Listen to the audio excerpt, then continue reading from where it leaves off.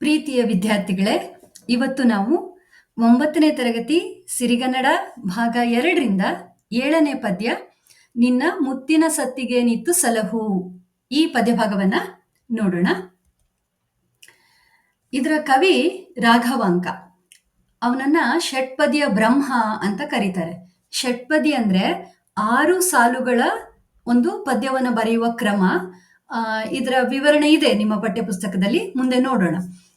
ಅದಲ್ಲದೆ ಉಭಯ ಕವಿ ಕಮಲ ರವಿ, ಕವಿ ಶರಭ ಬೇರುಂಡ ಅನ್ನುವ ಬಿರುದು ಕೂಡ ರಾಘವಾಂಕನಿಗೆ ಇದೆ. ಹರಿಶ್ಚಂದ್ರ ಕಾವ್ಯ, ಸಿದ್ಧರಾಮ ಚಾರಿತ್ರ್ಯ, ವೀರೇಶ್ವರ ಚರಿತೆ, ಸೋಮನಾಥ ಚರಿತೆ, ಶರಭ ಚಾರಿತ್ರ್ಯ, ಹರಿಹರ ಮಹತ್ವ ಇವೆಲ್ಲ ರಾಘವಾಂಕನ ಕೃತಿಗಳು. ಪ್ರಸ್ತುತ ನಿನ್ನ ಮುತ್ತಿನ ಸತ್ತಿಗೆ ನಿತ್ತು ಸಲಹು ಎನ್ನುವ ಈ ಪದ್ಯಭಾಗವನ್ನ ಟಿ.ಎಸ್. ವೆಂಕಣ್ಣಯ್ಯ ಅವರು ಸಂಪಾದಿಸಿರುವಂತಹ ಹರಿಶ್ಚಂದ್ರ ಕಾವ್ಯ ಸಂಗ್ರಹ ಗ್ರಂಥದ ವಿಶ್ವಾಮಿತ್ರಾಶ್ರಮ ಪ್ರವೇಶ ಎನ್ನುವ ಭಾಗದಿಂದ ಆರಿಸಲಾಗಿದೆ. ನಾವು ಪದ್ಯಭಾಗಕ್ಕೆ ಹೋಗೋಕ್ಕಿಂತ ಮೊದಲು ಇದರ ಪೂರ್ವ ಕಥೆಯನ್ನ ನೋಡ್ಬೇಕಾಗತ್ತೆ. ಒಮ್ಮೆ ದೇವಸಭೆಯಲ್ಲಿ ಬ್ರಹ್ಮರ್ಷಿ ವಸಿಷ್ಠರು ಅಯೋಧ್ಯೆಯನ್ನ ಆಳ್ತಾ ಇರುವಂತಹ ಹರಿಶ್ಚಂದ್ರ ರಾಜ ಭೂಲೋಕದಲ್ಲಿ ಅತ್ಯಂತ ಸತ್ಯವಂತನಾದ ರಾಜ ಅಂತ ಹೇಳ್ತಾರೆ. ವಸಿಷ್ಠರು ಹೇಳಿದ್ದನ್ನೆಲ್ಲ ವಿರೋಧಿಸುವ ಸ್ವಭಾವ ಯಾರಿಗೆ? ವಿಶ್ವಾಮಿತ್ರರಿಗೆ. ಬ್ರಹ್ಮರ್ಷಿ ವಿಶ್ವಾಮಿತ್ರರು ಅದನ್ನ ಅಲ್ಲಗೆಳೆದು ಹರಿಶ್ಚಂದ್ರನ ಬಾಯಿಂದ ನಾನು ಸುಳ್ಳು ಹೇಳಿಸಿಯೇ ಸಿದ್ಧ ಅಂತ ಶಪಥ ಮಾಡ್ತಾರೆ. ಹಾಗೆ ಹರಿಶ್ಚಂದ್ರನ ಸತ್ಯವ್ರತಕ್ಕೆ ಭಂಗ ಮಾಡ್ಬೇಕಂತ ಅವರು ತಮ್ಮ ತಪಶಕ್ತಿಯಿಂದ ಅನೇಕ ಮೃಗ ಪಕ್ಷಿಗಳನ್ನ ಸೃಷ್ಟಿ ಮಾಡಿ ಅಯೋಧ್ಯೆಯ ರೈತರಿಗೆ ತೊಂದರೆಯನ್ನ ಉಂಟು ಮಾಡ್ತಾರೆ. ತನ್ನ ರೈತರನ್ನ ಸಂಕಷ್ಟದಿಂದ ರಕ್ಷಿಸ್ಲಿಕ್ಕೆ ಹರಿಶ್ಚಂದ್ರ ರಾಜ ಬೇಟೆಗೆ ಹೊರಡ್ತಾನೆ. ಹಾಗೆ ಕಾಡಿನ ದಾರಿಯಲ್ಲಿ ಅವನ ಗುರುಗಳಾದ ವಸಿಷ್ಠರ ಆಶ್ರಮಕ್ಕೆ ಭೇಟಿ ಕೊಡ್ತಾನೆ. ಅವರು ಅವನಿಗೆ ನೀನು ತಪ್ಪಿಯೂ ವಿಶ್ವಾಮಿತ್ರರ ಆಶ್ರಮದ ಕಡೆಗೆ ಹೋಗಬೇಡ ಅನ್ನುವ ಎಚ್ಚರಿಕೆಯನ್ನ ಕೂಡ ಕೊಡ್ತಾರೆ. ಆದ್ರೆ ಕಾಡು ಹಂದಿಯೊಂದನ್ನ ಬೆನ್ನಟ್ಟಿದಂತ ಹರಿಶ್ಚಂದ್ರ ಅವನಿಗೆ ಅರಿವಿಲ್ಲದಂತೆ ವಿಶ್ವಾಮಿತ್ರರ ತಪೋವನಕ್ಕೆ ಬರ್ತಾನೆ. ಹೀಗೆ ತನ್ನ ಗುರುಗಳ ಆಜ್ಞೆಯನ್ನ ಮೀರಿ ವಿಶ್ವಾಮಿತ್ರರ ಆಶ್ರಮಕ್ಕೆ ಪ್ರವೇಶಿಸಿ ಅಲ್ಲಿ ವಿಶ್ರಾಂತಿ ಪಡಿತಾ ಇರ್ಬೇಕಾದ್ರೆ ಅವನು ಕೆಟ್ಟ ಕನಸೊಂದನ್ನ ಕಂಡು ಭಯಗೊಳ್ತಾನೆ.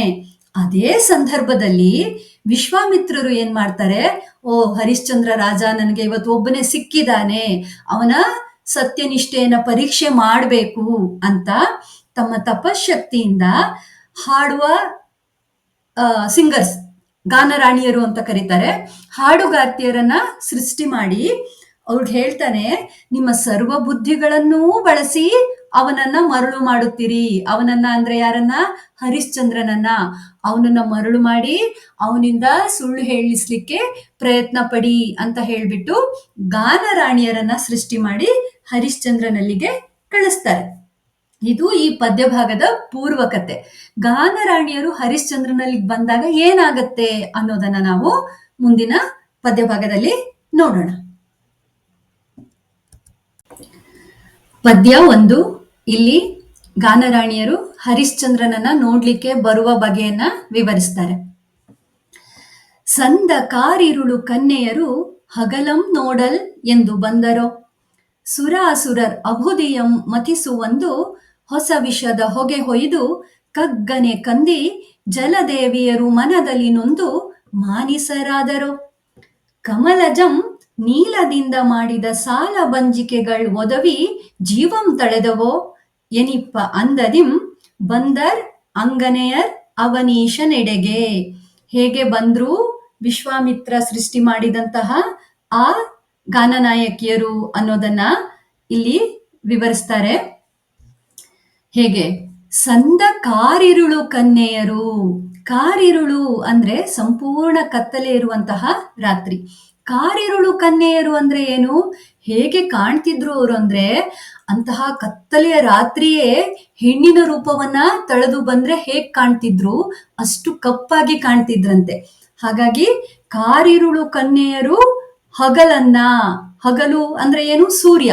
ಇಲ್ಲಿ ಸೂರ್ಯವಂಶದ ರಾಜನಾದಂತಹ ಹರಿಶ್ಚಂದ್ರ ಹಾಗೆ ಕಾರಿರುಳು ಕನ್ಯೆಯರು ಸೂರ್ಯರನ್ನ ನೋಡ್ಲಿಕ್ಕೆ ಬಂದ ಹಾಗೆ ಈ ಗಾನನಾಯಕಿಯರು ಸೂರ್ಯವಂಶದ ರಾಜನಾದ ಹರಿಶ್ಚಂದ್ರನನ್ನ ನೋಡ್ಲಿಕ್ಕೆ ಬಂದ್ರು. ಮತ್ತೆ ಸುರಾಸುರರ್ ಅಭುದಿಯಂ ಮತಿಸುವಂದು. ಸುರಾಸುರರ್, ಸುರರು ಮತ್ತೆ ಅಸುರ್ಯರು ಏನ್ ಮಾಡ್ತಾರೆ? ಅಭುದಿ ಅಂದ್ರೆ ಸಮುದ್ರ ಮಂಥನ ಮಾಡ್ತಾರೆ. ಅಭುದಿ ಅಂದ್ರೆ ಸಮುದ್ರ. ಸಮುದ್ರ ಮಂಥನ ಮಾಡಿದಾಗ ಏನಾಗತ್ತೆ? ಒಂದು ವಿಷ ಬರುತ್ತೆ, ಹಾಲಾಹಲ ಅಂತ. ಅದ್ರ ಬಗ್ಗೆ ಹೇಳ್ತಾರೆ, ಅಭುದಿಯಂ ಮತಿಸುವಂದು, ಹೊಸ ವಿಷದ ಹೊಗೆ ಹೊಯ್ದು, ಆ ವಿಷ ಬಂದು ಅದ್ರ ಹೊಗೆ ಹೊಯ್ದು ಅದರಿಂದಾಗಿ ಏನಾಗತ್ತೆ? ಕಗ್ಗನೆ ಕಂದಿ ಜಲದೇವಿಯರು ಮನದಲ್ಲಿ ನೊಂದು ಮಾನಿಸರಾದರೋ. ಜಲದೇವಿಯರಿದ್ರು ಜಲದಲ್ಲಿ, ಸಮುದ್ರದಲ್ಲಿ. ಅವರು ಸುಂದರವಾಗಿದ್ರು. ಈ ಹೊಸ ವಿಷದ ಹೊಗೆಯಿಂದಾಗಿ ಏನಾಗತ್ತೆ? ಕಗ್ಗನೆ ಕಂದಿ ಅಂದ್ರೆ ಕಪ್ಪಾಗಿ, ಕಾಂತಿಹೀನವಾಗಿ, ಆ ವಿಷದ ಹೊಗೆಯಿಂದ ಅವರ ಬಣ್ಣ ಕಪ್ಪಾಗತ್ತೆ. ಆವಾಗ ಅವರು ಮನದಲ್ಲಿ ನೊಂದು, ಮನಸ್ಸಲ್ಲಿ ನೊಂದ್ಕೊಳ್ತಾರೆ, ನಾವು ಸುಂದರವಾಗಿದ್ದವರ ಬಣ್ಣ ಕಪ್ಪಾಯ್ತಲ್ಲ ಅಂತ. ಹಾಗೆ ಮನಸ್ಸಲ್ಲಿ ನೊಂದು ಮಾನಿಸರಾದರೋ, ಆ ಜಲದೇವಿಯರೇ ಏನಾದ್ರೂ ಮನುಷ್ಯರಾಗಿ ಹುಟ್ಟಿದ್ರೋ ಅನ್ನೋ ತರ ಕಾಣ್ತಾ ಇದ್ರಂತೆ. ಮತ್ತೆ ಕಮಲಜಂ ನೀಲದಿಂದ ಮಾಡಿದ ಸಾಲ ಬಂಜಿಕೆಗಳ್ ಒದವಿ ಜೀವಂ ತಳೆದವೋ. ಕಮಲಜ, ಕಮಲಜ ಅಂದ್ರೆ ಬ್ರಹ್ಮ, ಕಮಲ ಅಂದ್ರೆ ಲೋಟಸ್. ಕಮಲದಿಂದ ಹುಟ್ಟಿದವನು ಬ್ರಹ್ಮ. ಯಾಕೆ ಕಮಲದಿಂದ ಹುಟ್ಟಿದವನು? ನಮ್ಮ ಪುರಾಣಗಳಲ್ಲಿ ಏನ್ ಹೇಳ್ತಾರೆ? ವಿಷ್ಣುವಿನ ನಾಭಿ ಅಥವಾ ನೇವಲ್ ಅಂತಾರಲ್ಲ, ಅಲ್ಲಿಂದ ಒಂದು ಕಮಲ ಬರುತ್ತೆ, ಅದರಿಂದ ಬ್ರಹ್ಮ ಹುಟ್ಟಿದಾನೆ ಅಂತ ಹೇಳ್ತಾರೆ. ಹಾಗಾಗಿ ಬ್ರಹ್ಮನನ್ನ ಕಮಲಜ ಅಂತ ಹೇಳ್ತಾರೆ. ಅವನ ಕೆಲಸ ಏನು? ಸೃಷ್ಟಿ ಮಾಡುವುದು. ಅವನು ನೀಲದಿಂದ ಅಂದ್ರೆ ನೀಲಿ ಬಣ್ಣದಿಂದ ಸಾಲಭಂಜಿಕೆಗಳ್ ಅಂದ್ರೆ ಗೊಂಬೆಗಳನ್ನ ಸೃಷ್ಟಿ ಮಾಡಿದಾನೆ. ಹಾಗೆ ಸೃಷ್ಟಿ ಮಾಡಿದಂತಹ ಆ ನೀಲಿ ಬಣ್ಣದ ಗೊಂಬೆಗಳು ಒದವಿ ಜೀವಂ ತಳೆದವೋ, ಅವಕ್ಕೇನಾದ್ರೂ ಜೀವ ಬಂದ್ಬಿಡ್ತೇನೋ ಅನ್ನೋ ತರ ಕಾಣ್ತಾ ಇದ್ರಂತೆ ಅವರು. ಹಾಗೆ ಒದವಿ ಜೀವಂ ತಳೆದವೋ ಎನಿಪ್ಪ ಅಂದದಿಂ, ಆ ಅಂದದಲ್ಲಿ, ಆ ರೀತಿಯಲ್ಲಿ ಬಂದರ್. ಯಾರು ಬಂದ್ರು? ಗಾನನಾಯಕಿಯರು, ಅಂಗನೆಯರ್. ಅಂಗನೆಯರು ಅಂದ್ರೇನು? ಸ್ತ್ರೀಯರು, ಕನ್ಯೆಯರು ಅಂತ. ಇಲ್ಲಿ ಗಾನನಾಯಕಿಯರು ಬಂದರ್ ಅವನೀಶ ನೆಡೆಗೆ. ಅವನೀಶ, ಅವನಿ ಅಂದ್ರೆ ಭೂಮಿ. ಅವನೀಶ ಅಂದ್ರೆ ಯಾರು? ಭೂಮಿಯ ಒಡೆಯ. ಇಲ್ಲಿ ಹರಿಶ್ಚಂದ್ರನನ್ನು ನೋಡ್ಲಿಕ್ಕೆ ಗಾನರಾಣಿಯರು ಬಂದ್ರು. ಹೇಗೆ ಕಾಣಿಸ್ತಿದ್ರು ಆ ಗಾನನಾಯಕಿಯರು? ಸಂಪೂರ್ಣ ಕತ್ತಲೆಯ ರಾತ್ರಿಯೇ ಹೆಣ್ಣಿನ ರೂಪವನ್ನ ತಾಳಿ ಹಗಲನ್ನ ಅಂದ್ರೆ ಸೂರ್ಯನನ್ನ ಅಥವಾ ಸೂರ್ಯವಂಶದ ರಾಜನಾದ ಹರಿಶ್ಚಂದ್ರನನ್ನ ನೋಡ್ಲಿಕ್ಕೆ ಬಂದ್ರೋ, ಅಥವಾ ದೇವತೆಗಳು ಮತ್ತು ರಾಕ್ಷಸರು ಸಮುದ್ರ ಮಥನ ಮಾಡಿದಾಗ ಬಂತಲ್ಲ ಹೊಸ ವಿಷ, ಅದರ ಹೊಗೆ ಸುರಿದು ಅದರಿಂದ ತಮ್ಮ ಬಣ್ಣ ಕಪ್ಪಾಗಿ ಕಳೆಗುಂದಿದ್ರಿಂದ ಜಲದೇವಿಯರು ಮನದಲ್ಲಿ ನೊಂದು ಮನುಷ್ಯರಾದ್ರೋ, ಅಥವಾ ಬ್ರಹ್ಮ ನೀಲಿ ಬಣ್ಣದಿಂದ ಮಾಡಿದ ಗೊಂಬೆಗಳು ಜೀವವನ್ನು ಪಡೆದು ಬಂದ್ವೋ ಅನ್ನೋ ತರ ಕಾಣ್ತಾ ಇದ್ದಂತಹ ಆ ಗಾನರಾಣಿಯರು ಮಹಾರಾಜ ಹರಿಶ್ಚಂದ್ರನ ನೋಡ್ಲಿಕ್ಕೆ ಅವನು ಇರುವಲ್ಲಿಗೆ ಬಂದ್ರು ಅನ್ನೋದನ್ನ ಈ ಪದ್ಯಭಾಗ ಹೇಳುತ್ತೆ. ಎರಡನೇ ಪದ್ಯವನ್ನ ನೋಡೋಣ. ಈ ಪದ್ಯದಲ್ಲಿ ಗಾನನಾಯಕಿಯರು ಹರಿಶ್ಚಂದ್ರನನ್ನ ನೋಡಿದ್ಮೇಲೆ ಅವನನ್ನ ಹೇಗೆ ಹಾಡಿ ಹೊಗಳುತ್ತಾರೆ ಅನ್ನೋದನ್ನ ಹೇಳಿದ್ದಾರೆ. ಮಾಯದ ಅಬಲೆಯರು ಕಾಣುತ್ತಾ ಮಝ ಬಾಪು ಅದಟರಾಯ, ಮಝರೇ ರಾಯ, ರಾಯದಳ ಉಳಕಾರ, ರಾಯ ಕಂಟಕ, ರಾಯ ಜಗಜೆಟ್ಟಿ, ರಾಯ ದಲ್ಲಣ, ರಾಯ ಕೋಲಾಹಲ, ರಾಯ ಭುಜಬಲ ಭೀಮ, ರಾಯ ಮರ್ಧನ, ರಾಯ ಜೀಯ, ಸ್ಥಿರಂಜೀವ ಎಂದು ಕೀರ್ತಿಸಿ ಗಾಣನಾಯಕಿಯರ್ ಒಲಿದು ದಂಡಿಗೆ ಬಿಡಿದು ಪೊಡಮೊಟ್ಟು ಹಾಡಲ್ ಉದ್ಯೋಗಿಸಿದರು ಅಂತ ಹೇಳ್ತಾರೆ. ಯಾಕೆ ಹೊಗಳ್ತಾರೆ? ನಾವು ಹಿಂದಿನ ಕಾಲದ ಮೂವಿಗಳನ್ನ, ಪೌರಾಣಿಕ ಮೂವಿಗಳನ್ನೆಲ್ಲ ನೋಡಿದ್ರೆ ಅಲ್ಲಿ ರಾಜ ಬರುವಾಗ ಒಂದಷ್ಟು ಬಹುಪರಾಕ್ ಹೇಳ್ತಾರೆ. ರಾಜಾಧಿರಾಜ, ರಾಜ ಮಾರ್ತಾಂಡ, ರಾಜಕುಲ ತಿಲಕ ಅಂತ. ಅದು ರಾಜ ಬರುವಾಗಂತ ಹೇಳುವಂತಹ ಹೊಗಳಿಕೆಯ ಪದಗಳು. ಹಾಗೆ ಇಲ್ಲಿ ಕೂಡ ಅವರು ಮೊದಲಿಗೆ ರಾಜನನ್ನ ನೋಡಿದ್ರಲ್ಲ, ಹಾಗಾಗಿ ಮೊದಲಿಗೆ ಅವನನ್ನ ಹೊಗಳಲಿಕ್ಕೆ ಪ್ರಾರಂಭ ಮಾಡ್ತಾರೆ. ಏನಂತ ಹೊಗಳ್ತಾರೆ? ಇಲ್ಲಿ ಹೇಳ್ತಾರೆ ಮಾಯದ ಅಬಲೆಯರು. ಮಾಯದ ಅಬಲೆಯರು ಅಂದ್ರೆ ಯಾರು? ವಿಶ್ವಾಮಿತ್ರ ತನ್ನ ಮಾಯೆಯಿಂದ ಸೃಷ್ಟಿ ಮಾಡಿದಂತಹ ಆ ಗಾನನಾಯಕಿಯರು, ಸ್ತ್ರೀಯರು. ಕಾಣುತ್ತಾ, ಯಾರನ್ನ ಕಾಣುತ್ತಾ? ಹರಿಶ್ಚಂದ್ರನನ್ನ ಕಾಣುತ್ತಾ ಮಜ ಬಾಪು ಅಂತ ಹೇಳಿದ್ರಂತೆ. ಮಜ ಬಾಪು ಅಂದ್ರೆ ಒಂದು ರೀತಿಯ ಹೊಗಳಿಕೆಯ ಪದ, ಪ್ರೈಸ್ ಮಾಡೋದು ರಾಜನ್ನ. ಮುಂದೆ ಹೇಳ್ತಾರೆ, ಅದಟ ರಾಯ, ಅದಟ ಅಂದ್ರೆ ಶೂರ, ನೀನು ಶೂರನಾದ ರಾಜ ಅಂತ ಹೊಗಳಿದ್ರಂತೆ. ಆಮೇಲೆ ರಾಯದಳ ಉಳಕಾರ ಅಂತ ಹೇಳ್ತಾರೆ. ರಾಯದಳ ಉಳಕಾರ ಅಂದ್ರೆ ಶತ್ರು ಸೇನೆಯ ಮೇಲೆ ಆಕ್ರಮಣವನ್ನ ಮಾಡುವವನು ಅಂತ. ಮತ್ತೆ ಹೇಳ್ತಾರೆ ರಾಯ ಕಂಟಕ ಅಂದ್ರೆ ಶತ್ರು ರಾಜರಿಗೆ ನೀನು ಕೇಡನ್ನ ಉಂಟು ಮಾಡುವವನು ಅಂತ ಹೇಳ್ತಾರೆ. ರಾಯ ಜಗಜೆಟ್ಟಿ ಅಂತ ಕೂಡ ಹೇಳ್ತಾರೆ. ಜಗಜೆಟ್ಟಿ ಅಂದ್ರೆ ಕುಸ್ತಿಪಟುಗಳಲ್ಲಿ ಬಹಳ ಬಲಶಾಲಿ ಆದವನು, ಇವನು ರಾಜರುಗಳಲ್ಲಿ ಬಹಳ ಬಲಶಾಲಿ ಆದವನು, ಹಾಗಾಗಿ ಅವನನ್ನ ರಾಯ ಜಗಜೆಟ್ಟಿ ಅಂತ ಕರೀತಾರೆ. ರಾಯ ತಲ್ಲಣ ಅಂತ ಹೇಳ್ತಾರೆ, ಅಂದ್ರೆ ತಲ್ಲಣಗೊಳಿಸುವವನು, ಶತ್ರು ರಾಜರನ್ನ ಗಾಬರಿಗೊಳಿಸುವವನು ನೀನು, ಅಷ್ಟು ಶಕ್ತಿ ಸಾಮರ್ಥ್ಯ ಉಳ್ಳವನು ನೀನು ಅಂತ ಹೇಳ್ತಾರೆ. ಆಮೇಲೆ ರಾಯ ಕೋಲಾಹಲ, ಶತ್ರು ರಾಜರಲ್ಲಿ ಗಲಿಬಿಲಿ ಉಂಟು ಮಾಡುವವನು, ಗೊಂದಲ ಉಂಟು ಮಾಡುವವನು ಅಂತ ಹೇಳ್ತಾರೆ. ಆಮೇಲೆ ರಾಯ ಭುಜಬಲ ಭೀಮ, ಭೀಮನಷ್ಟು ಬಲಶಾಲಿ ಆದವನು. ನಮಗ್ ಗೊತ್ತು ಮಹಾಭಾರತದಲ್ಲಿ ಭೀಮ ಎಷ್ಟು ಬಲಶಾಲಿ ಆಗಿದ್ದವಲ್ಲ, ಭುಜಬಲದಲ್ಲಿ ಬಹಳ ಪರಾಕ್ರಮಿ ಅವನು.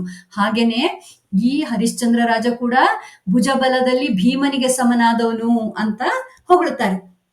ಆಮೇಲೆ ಹೇಳ್ತಾರೆ ರಾಯ ಮರ್ಧನ ಅಂದ್ರೆ ಶತ್ರು ರಾಜರನ್ನ ನಾಶ ಮಾಡುವವನು, ಅವನ ಜೊತೆ ಯುದ್ಧಕ್ಕೆ ಬಂದ್ರೆ ಯಾರಾದ್ರೂ ಶತ್ರು ರಾಜರು ಅವರು ಉಳಿಯೋದಿಲ್ಲ.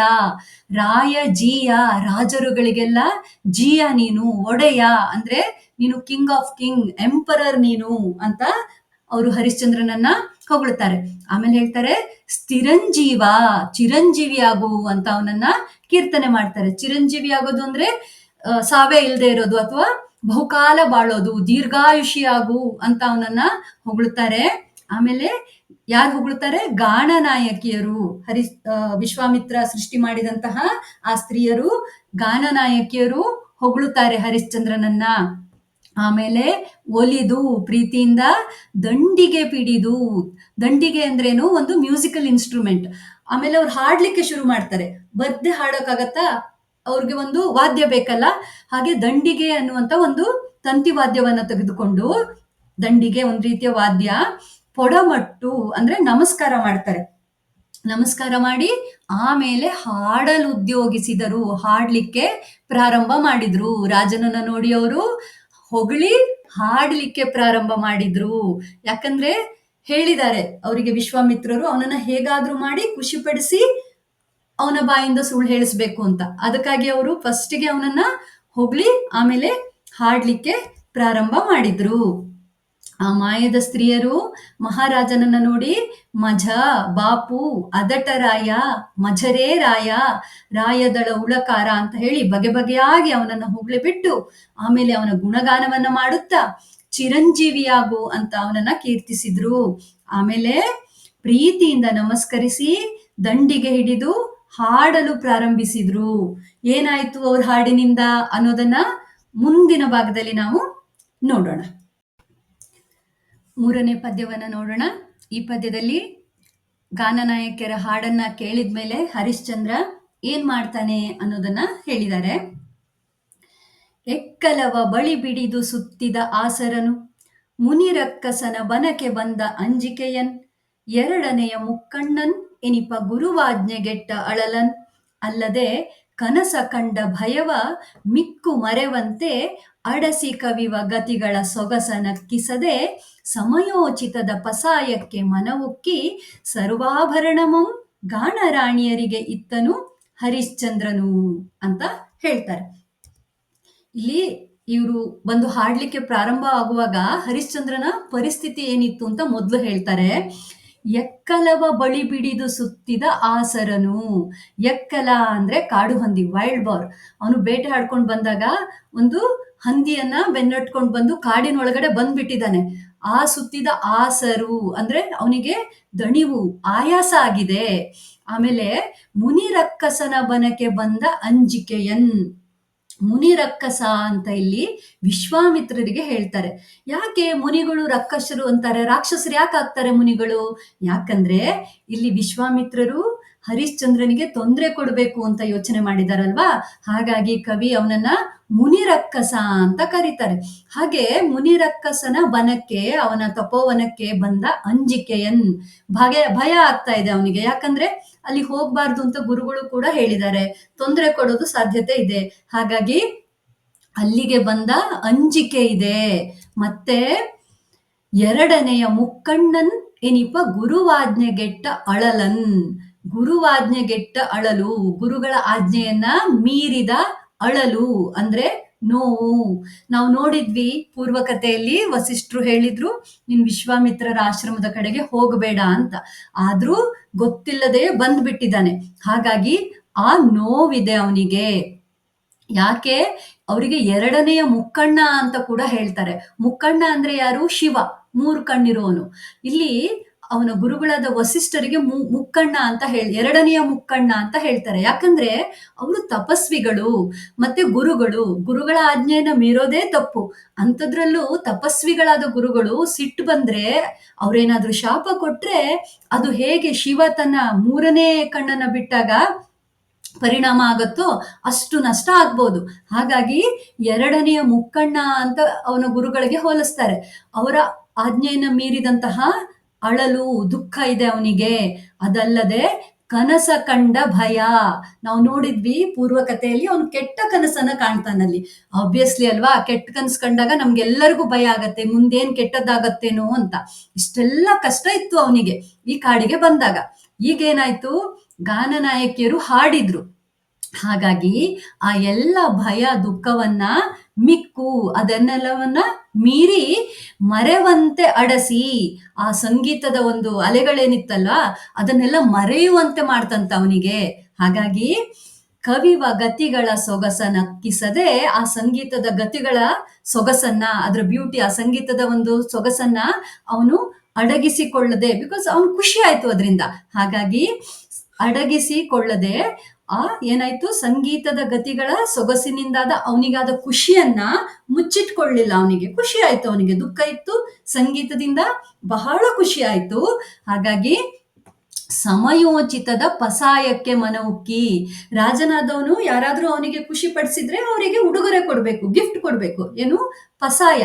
ಹಾಗಾಗಿ ಅವನು ಅವರಿಗೆ ಉಡುಗೊರೆಗಳನ್ನ ಕೊಡ್ಬೇಕು ಅಂತ ಮನ ಉಕ್ಕಿ, ಮನಸ್ಸು ಮಾಡಿ ಸಮಯೋಚಿತವಾದ ಉಡುಗೊರೆ ಕೊಡ್ಬೇಕು. ಯಾಕಂದ್ರೆ ಖುಷಿ ಪಡಿಸಿದ್ದಾರೆ. ಅವನಿಗೆ ಕಾಡಿನಲ್ಲಿರುವಾಗ ಏನಿದೆ ಅವನ ಹತ್ರ?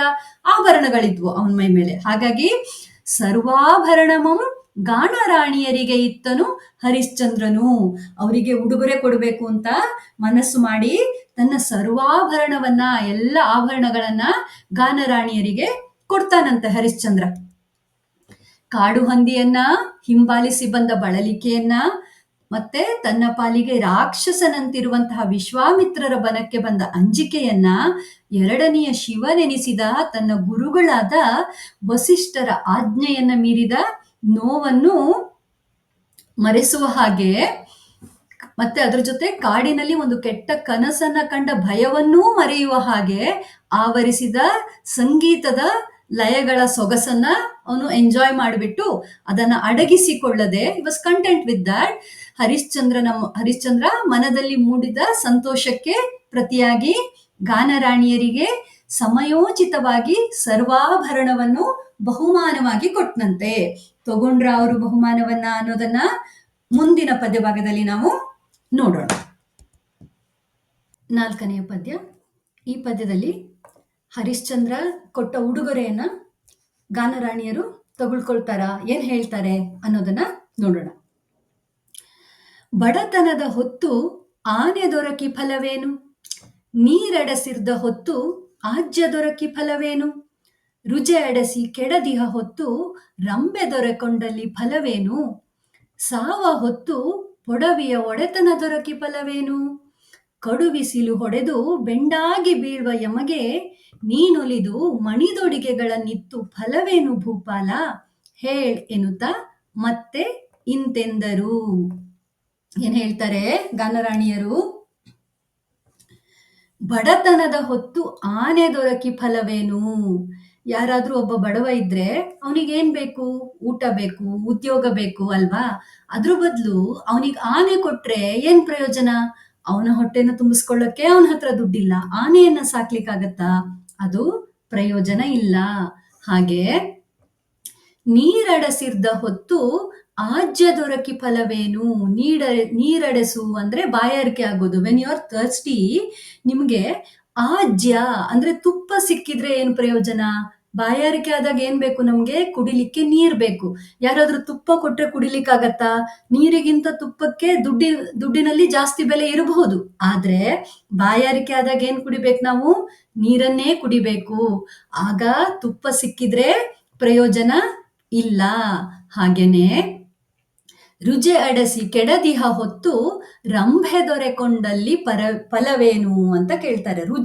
ರುಜೆ ಅಡಸಿ ಅಂದ್ರೆ ರೋಗ ಬಂದು, ಕಾಯಿಲೆ ಬಂದು, ನೀವು ಯಾರಾದ್ರೂ ಕಾಯಿಲೆಯಿಂದ ಬಳಲ್ತಿರುವಾಗ ಅವರಿಗೆ ರಂಭೆ ಅಂದ್ರೆ ಯಾರು? ದೇವಲೋಕದ ನರ್ತಕಿ, ಅಪ್ಸರೆ. ಅವಳು ದೇವಲೋಕದವಳು. ಅವಳು ನೃತ್ಯ ಮಾಡಕ್ಕೆ, ಡ್ಯಾನ್ಸ್ ಮಾಡಕ್ಕೆ ತುಂಬಾ ಪ್ರಸಿದ್ಧಳಾದವಳು. ನಮ್ಗೆ ಹುಷಾರಿದ್ದಾಗ, ಆರಾಮವಾಗಿದ್ದಾಗ ದೇವಲೋಕದಿಂದ ಏನಾದ್ರೂ ರಂಭೆ ಬಂದ್ರೆ ನಾವು ಅವಳ ನಾಟ್ಯವನ್ನ ನೋಡಬಹುದು, ಜೊತೆಗೆ ನಾಟ್ಯವನ್ನ ಮಾಡಬಹುದು. ಅದು ನಿಜಕ್ಕೂ ಖುಷಿ ಕೊಡುತ್ತೆ. ಆದ್ರೆ ನಾವು ಕಾಯಿಲೆಯಿಂದ ಬಂದು ಮಲಗಿದ್ದಾಗ, ಯಾರಾದ್ರೂ ಕಾಯಿಲೆಯಿಂದ ಬಳಲ್ತಿರುವಾಗ ದೇವಲೋಕದಿಂದ ರಂಭೆ ಬಂದ್ರೂ ಕೂಡ ಅವರಿಗೆ ಅದು ಖುಷಿ ಆಗೋದಿಲ್ಲ. ಹಾಗೇನೆ ಸಾವ ಹೊತ್ತು ಪೊಡವಿಯ ಒಡೆತನ ದೊರಕಿ ಫಲವೇನು. ಪೊಡವಿ ಅಂತ ಹೇಳಿದ್ರೆ ಭೂಮಿ. ಪೊಡವಿಯ ಒಡೆತನ ಅಂದ್ರೆ ರಾಜನಾಗೋದು. ಯಾವಾಗ? ಸಾವ ಹೊತ್ತು. ನೀವು ಯಾರಾದ್ರೂ ಮುದುಕರಾಗಿದ್ದಾಗ, ಇನ್ನೇನು ಸಾಯ್ತಾರೆ ಅನ್ನುವಾಗ ಆವಾಗ ರಾಜ್ಯ ಸಿಕ್ಕಿದ್ರೆ ಏನ್ ಪ್ರಯೋಜನ?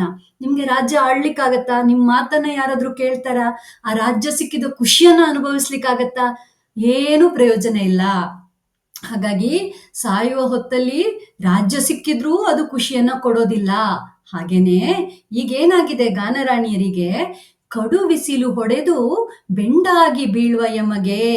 ಕೊಡು ಬಿಸಿಲು ಅಂದ್ರೆ ಬಹಳ ಬಿರು ಬಿಸಿಲಿದೆ, ಬಹಳ ಭಯಂಕರವಾದ ಬಿಸಿಲಿದೆ. ಆ ಬಿಸಿಲು ಹೊಡೆದು ಬೆಂಡಾಗಿ ಬೀಳುವ, ಸುಸ್ತಾಗಿ, ಸತ್ವಗುಂದಿ, ಇನ್ನೇನು ಕೆಳಗ್ ಬೀಳ್ತೀವಿ ಅನ್ನೋ ಪರಿಸ್ಥಿತಿಯಲ್ಲಿ ಅವರಿದ್ದಾರೆ ಆ ಬಿಸಿಲಿನಿಂದಾಗಿ. ಹಾಗಿರುವಾಗ ಯಮಗೆ ನೀನೊಲಿದು ಮಣಿದೊಡಿಗೆಗಳನ್ನಿತ್ತು ಫಲವೇನು. ನೀನ್ ಕೊಡ್ತಿದ್ಯಾ, ಆಭರಣಗಳನ್ನ ಕೊಡ್ತಾ ಇದ್ಯಾ, ಆದ್ರೆ ನಾವಿಲ್ಲಿ ಬಿಸಿಲಿನಲ್ಲಿ ಸಾಯ್ತಾ ಇದ್ದೀವಿ, ಕೆಳಗಡೆ ಬೀಳ್ತಾ ಇದ್ದೀವಿ, ನಮ್ಗದು ಪ್ರಯೋಜನವಿಲ್ಲ. ಹಾಗಾಗಿ ಫಲವೇನು ಭೂಪಾಲ, ಅದರಿಂದ ಉಪಯೋಗ ಏನು? ಭೂಪಾಲ ಅಂದ್ರೆ ರಾಜ. ಉಪಯೋಗ ಏನು ರಾಜ ಎನ್ನುತ್ತಾ ಮತ್ತೆ ಇಂತೆಂದರು. ಮತ್ತೆ ಮುಂದೆ ಹೇಳ್ತಾರೆ. ಅದನ್ನ ನಾವು ಮುಂದಿನ ಪದ್ಯದಲ್ಲಿ ನೋಡ್ತೀವಿ. ಒಟ್ಟಾರೆ ಅವ್ರು ಇವಾಗ ಅವನು ಕೊಟ್ಟಿರುವ ಆಭರಣ ಅವರಿಗೆ ಪ್ರಯೋಜನ ಇಲ್ಲ ಅಂತ ಹೇಳ್ತಾರೆ. ಯಾಕೆ ಇಲ್ಲ ಅಂತ ಹೇಳ್ತಾರೆ?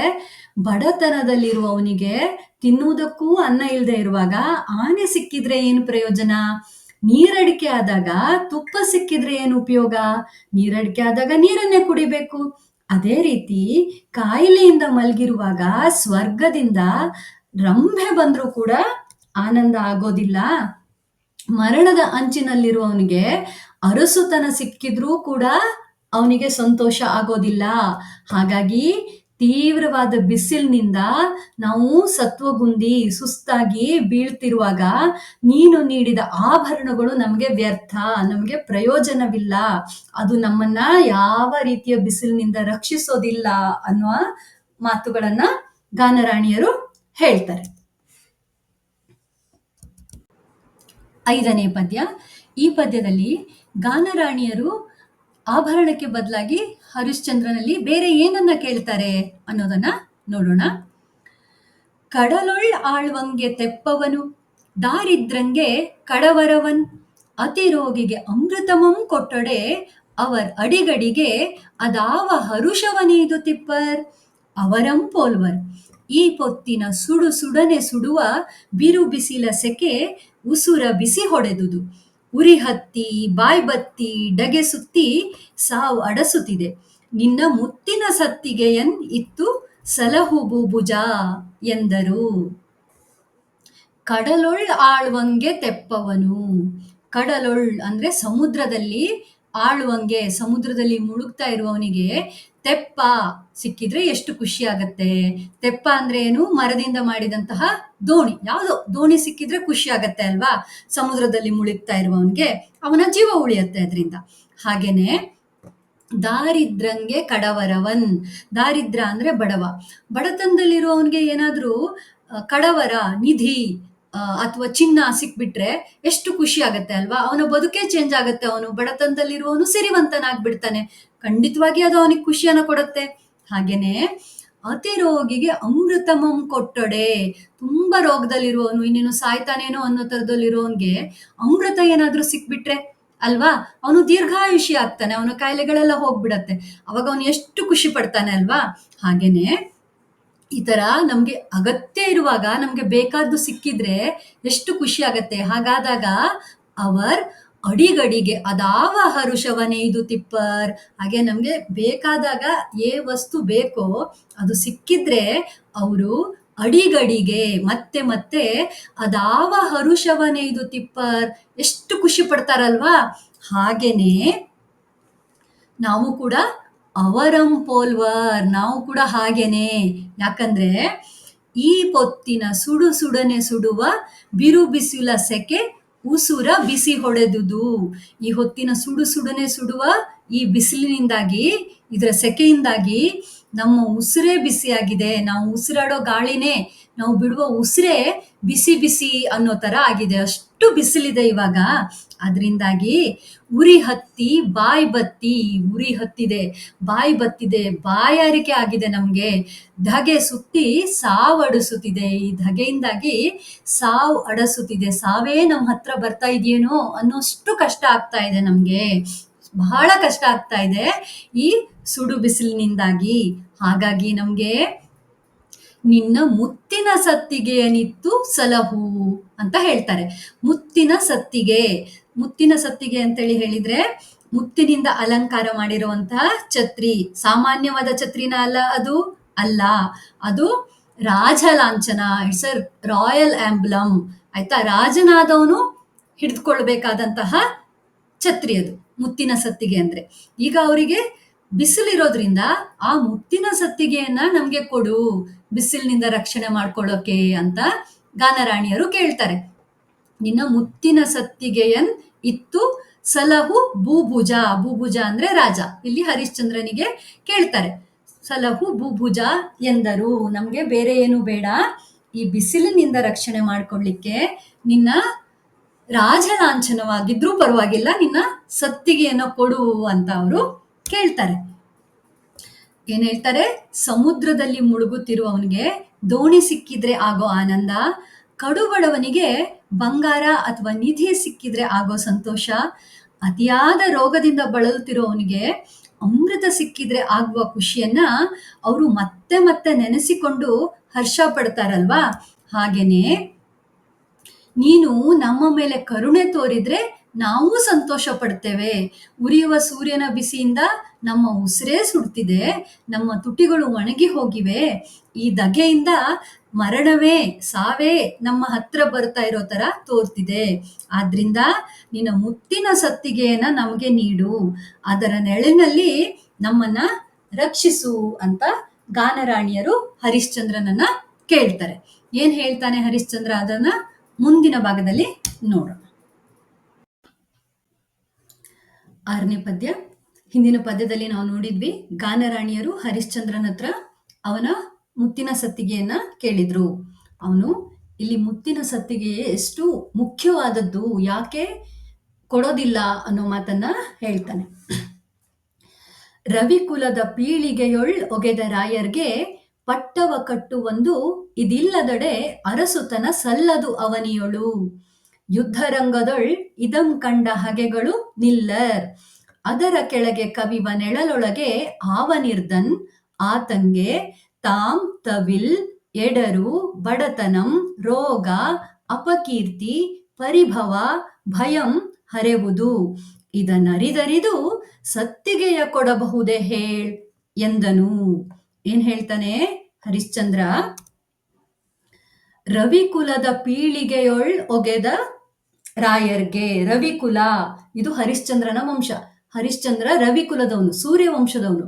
ಆ ವಂಶದ ಪೀಳಿಗೆಯಲ್ಲಿ ಒಗೆದ ರಾಯರ್ಗೆ, ಹುಟ್ಟಿದ ರಾಜರಿಗೆ ಪಟ್ಟವ ಕಟ್ಟುವೊಂದು ಇದಿಲ್ಲದೊಡೆ ಅರಸುತನ ಸಲ್ಲದು ಅವನಿಯಳು. ಪಟ್ಟ ಕಟ್ಟುವಾಗ ಈ ರಾಜಲಾಂಛನವನ್ನ ಕೊಡ್ತಾರೆ. ಆದ್ರೆ ಈ ರಾಜಲಾಂಛನ ಇಲ್ಲದೆ ಇದ್ರೆ ಅವರ ಅರಸುತನವನ್ನ ಅವನಿ ಅಂದ್ರೆ ಭೂಮಿಯಲ್ಲಿ ಯಾರು ಒಪ್ಕೊಳ್ಳೋದಿಲ್ಲ. ಇದು ಬೇಕೇ ಬೇಕು. ಹಾಗಾಗಿ ಇದು ಬಹಳ ಮುಖ್ಯ ಆದದ್ದು ರಾಜನಾದವನಿಗೆ. ಅವನ ರಾಜತ್ವವನ್ನ ತೋರಿಸ್ಲಿಕ್ಕೆ ಈ ಸತ್ತಿಗೆ ಬೇಕು. ಅದಲ್ಲದೆ ಇದಂ ಕಂಡ ಹಗೆಗಳು ನಿಲ್ಲರ್.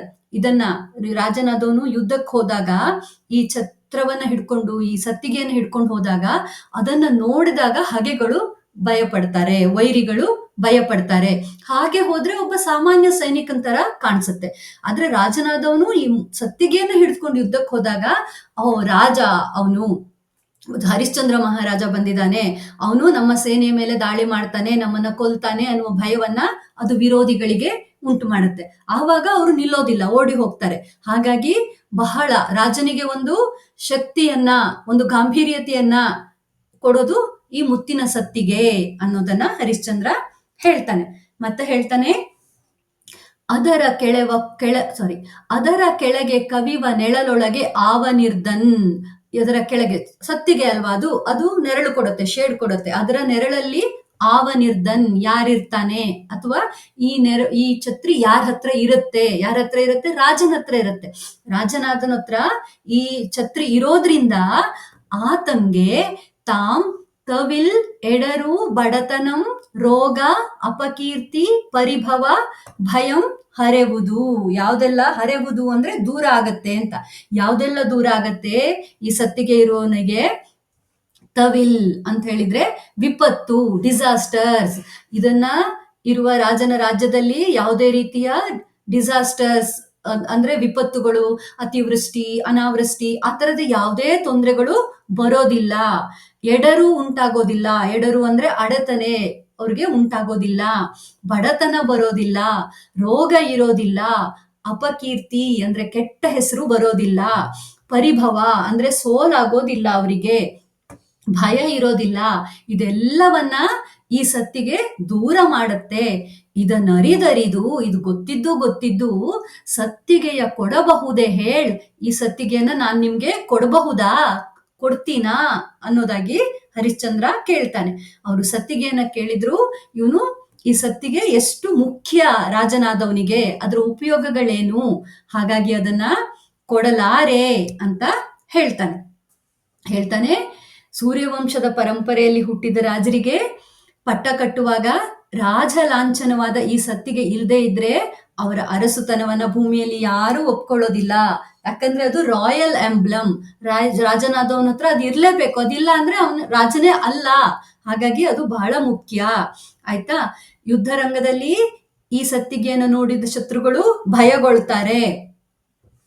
ಈ ಸತ್ತಿಗೆ ನೆರಳಿನಲ್ಲಿ ಯಾವನಿರ್ತಾನೆ ಅವನನ್ನ ಇದು ವಿಪತ್ತು, ಅಡೆತಡೆ, ರೋಗ, ಬಡತನ, ಅಪಕೀರ್ತಿ, ಸೋಲು, ಭಯ ಇದೆಲ್ಲದ್ರಿಂದ ದೂರ ಮಾಡತ್ತೆ. ಇದೆಲ್ಲ ಗೊತ್ತಿದ್ದು ಕೂಡ ಈ ಸತ್ತಿಗೆಯನ್ನ ನಾನು ಕೊಡಬಹುದಾ ಹೇಳಿ ಅನ್ನೋದಾಗಿ ಇವನು ಗಾನರಾಣಿಯರನ್ನ ಕೇಳ್ತಾನೆ. 7ನೇ ಪದ್ಯ. ಈ ಪದ್ಯದಲ್ಲಿ ಹರಿಶ್ಚಂದ್ರ ಮುಂದುವರೆದು ಹೇಳ್ತಾನೆ ಯಾಕೆ ಸತ್ತಿಗೆಯನ್ನ ಕೊಡಬಾರದು ಅಂತ. ಅನುನಯದೊಳ್ ಎಲ್ಲವಂ ಕೊಡಬಹುದು ಬಿಡಬಹುದು.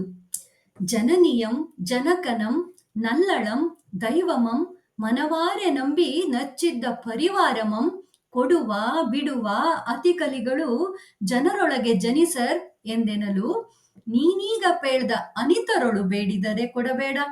ಕೊಡೆಯನ್ ಈಯನೆ ಲೋಭವೇಕೆ ಅರಸ ಎನಲ್ ಇದಲ್ಲದೆ ಬೇರೆ ಮಾತೆ ಪಿತರಿಲ್ಲ ಎಂದನು. ಬಹಳ ಸೊಗಸಾದ ಪದ್ಯ ಇದು. ಏನ್ ಹೇಳ್ತಾನೆ? ಅನುನಯದೊಳ್ ಎಲ್ಲವಂ ಕೊಡಬಹುದು ಬಿಡಬಹುದು. ಅನುನಯದಲ್ಲಿ ಪ್ರೀತಿಯಿಂದ ಯಾರಾದ್ರೂ ನಿಮ್ಮ ಪ್ರೀತಿ ಪಾತ್ರರಾದವ್ರು ಕೇಳಿದ್ರೆ ಅವರಿಗೆ ಏನ್ ಬೇಕಾದ್ರೂ ಕೊಡಬಹುದು, ಏನ್ ಬೇಕಾದ್ರೂ ಬಿಟ್ಟು ಬಿಡಬಹುದು. ಓಕೆ, ಉದಾಹರಣೆಗೆ ನಿಮ್ಗೆ ಆಕ್ಟಿಂಗ್ ಮಾಡೋದು ಅಂದ್ರೆ ತುಂಬಾ ಇಷ್ಟ ಅಂತ ಇಟ್ಕೊಳ್ಳಿ. ನಿಮ್ಮ ತಂದೆ ತಾಯಿಗಳು ಬೇಡ ಚೆನ್ನಾಗಿ ಓದು ಅಂತ ಹೇಳಿದ್ರೆ ಅವ್ರು ಪ್ರೀತಿಯಿಂದ ಕೇಳ್ತಾರಲ್ಲ ಅಂತ ಹೇಳ್ಬಿಟ್ಟು ನೀವು ನಿಮ್ಮ ಆಕ್ಟಿಂಗ್ ಅನ್ನ ಬಿಟ್ಟು ಬಿಡಬಹುದು.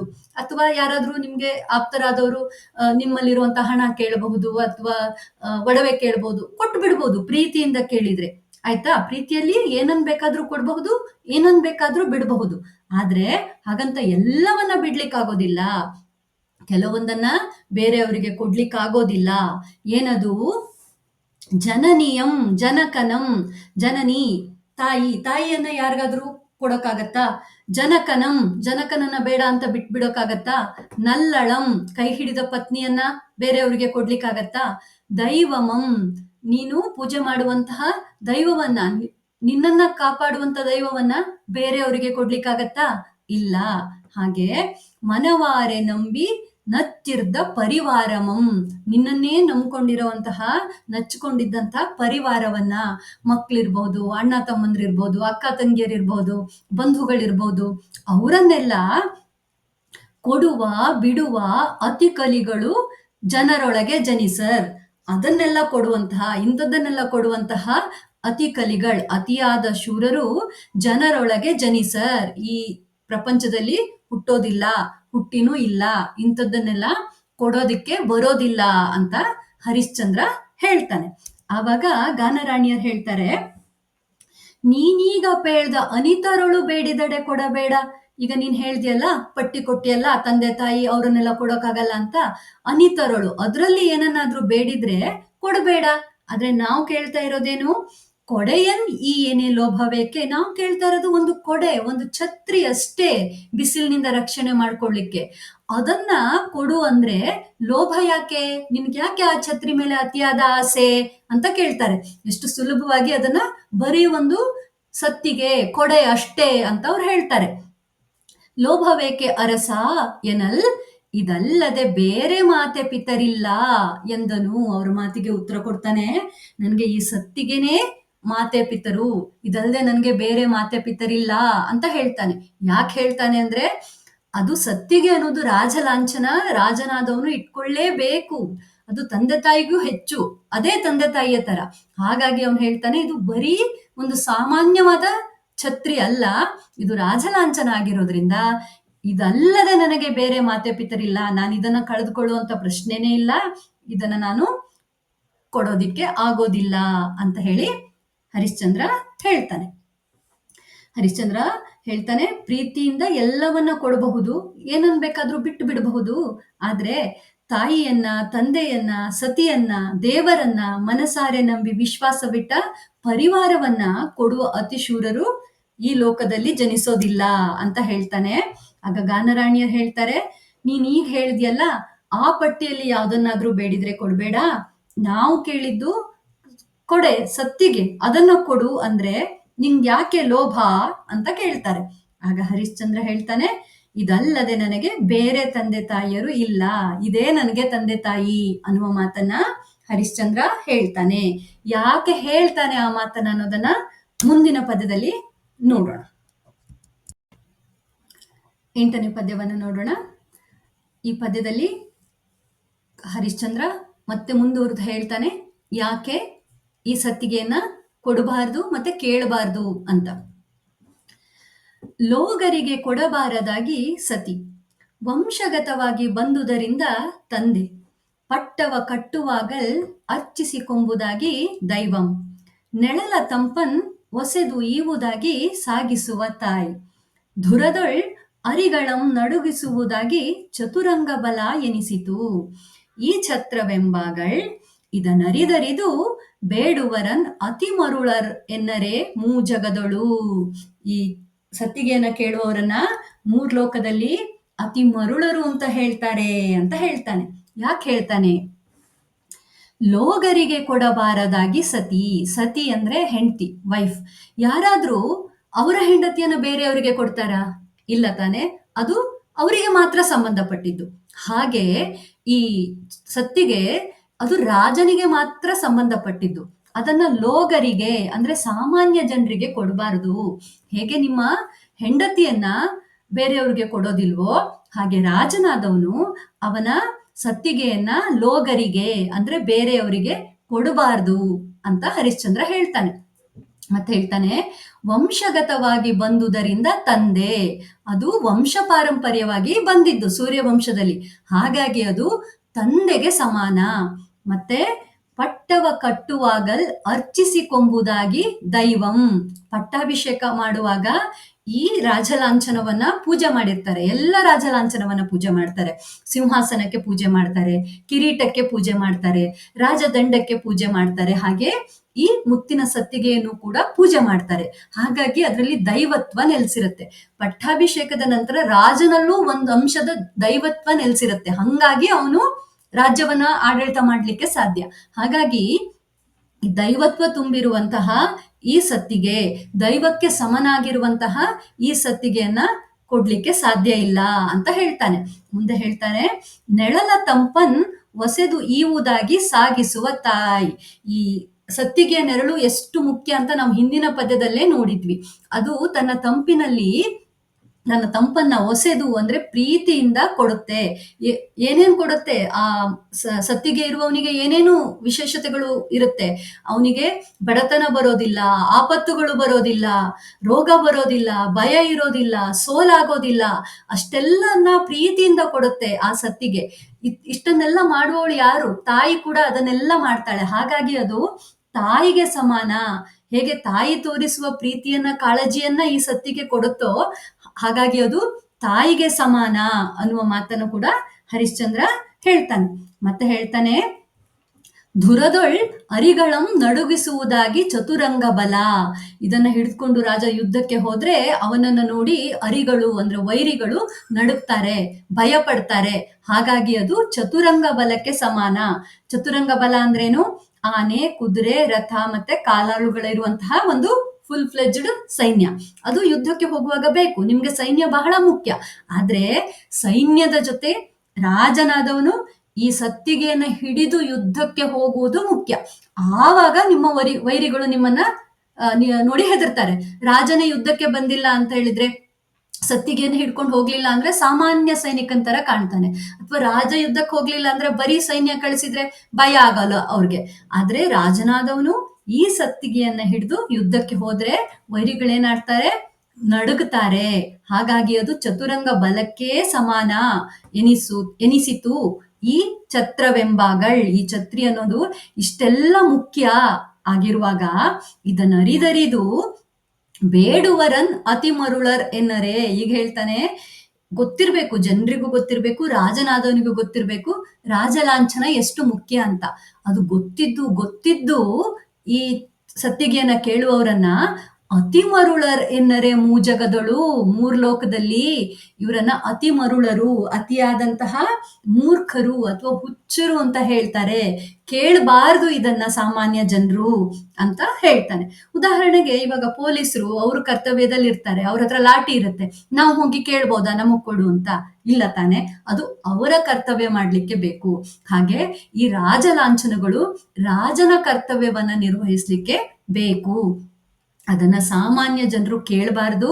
ಕೇಳಿದ್ರು 3 ಲೋಕದಲ್ಲಿ, ಸ್ವರ್ಗ, ಭೂಮಿ, ಪಾತಾಳ 3 ಲೋಕದಲ್ಲಿಯೂ ಕೂಡ ಅಂತವರನ್ನ ಮೂರ್ಖರು ಅಥವಾ ಹುಚ್ಚರು ಅಂತ ಹೇಳ್ತಾರಷ್ಟೇನೆ, ಕೊಡೋಕಾಗೋದಿಲ್ಲ ಅಂತ ಹೇಳಿ ಹರಿಶ್ಚಂದ್ರ ಹೇಳ್ತಾನೆ. ಸತಿಯನ್ನ ಹೇಗೆ ಬೇರೆಯವ್ರಿಗೆ ಕೊಡೋದಿಲ್ವೋ ಹಾಗೆ ರಾಜಲಾಂಛನವಾದ ಸತ್ತಿಗೆಯನ್ನ ಜನಸಾಮಾನ್ಯರಿಗೆ ಕೊಡಬಾರ್ದು. ವಂಶ ಪಾರಂಪರ್ಯವಾಗಿ ಬಂದಿರೋದ್ರಿಂದ ತಂದೆಗೆ ಸಮಾನ. ಪಟ್ಟಾಭಿಷೇಕದ ಸಮಯದಲ್ಲಿ ಪೂಜೆ ಮಾಡಿರೋದ್ರಿಂದ ದೈವತ್ವ ತುಂಬಿದೆ. ಇದು ದೇವರಿಗೆ ಸಮಾನ. ಅದರ ನೆರಳಿನಲ್ಲಿರುವವನನ್ನ ಅದು ಪ್ರೀತಿಯಿಂದ ಪೋಷಿಸುವುದರಿಂದ ಅದು ತಾಯಿಗೆ ಸಮಾನ. ಯುದ್ಧದಲ್ಲಿ ಶತ್ರುಗಳನ್ನ ನಡುಗಿಸುವುದರಿಂದ ಅದು ಚತುರಂಗ ಸೇನೆಗೆ ಸಮಾನ. ಹಾಗೆ ಇದನ್ನ ತಿಳಿದು ಈ ಸತ್ತಿಗೆಯನ್ನ ಬೇಡುವವರನ್ನ 3 ಲೋಕದಲ್ಲಿ ಏನಂತ ಹೇಳ್ತಾರೆ? ಅತಿ ಮೂರ್ಖರು ಅಂತ ಹೇಳ್ತಾರೆ ಅಂತ ಹರಿಶ್ಚಂದ್ರ ಹೇಳ್ತಾನೆ. ನಿಮ್ಮ 9ನೇ ತರಗತಿಗೆ ಇದು ಇಷ್ಟು ಭಾಗ ಮಾತ್ರ ಇದೆ. ನಿಮ್ಮ ಮುಂದಿನ ತರಗತಿಗಳಲ್ಲಿ ನೀವು ಇದರ ಮುಂದಿನ ಭಾಗಗಳನ್ನ ಓದಬಹುದು. ಧನ್ಯವಾದಗಳು.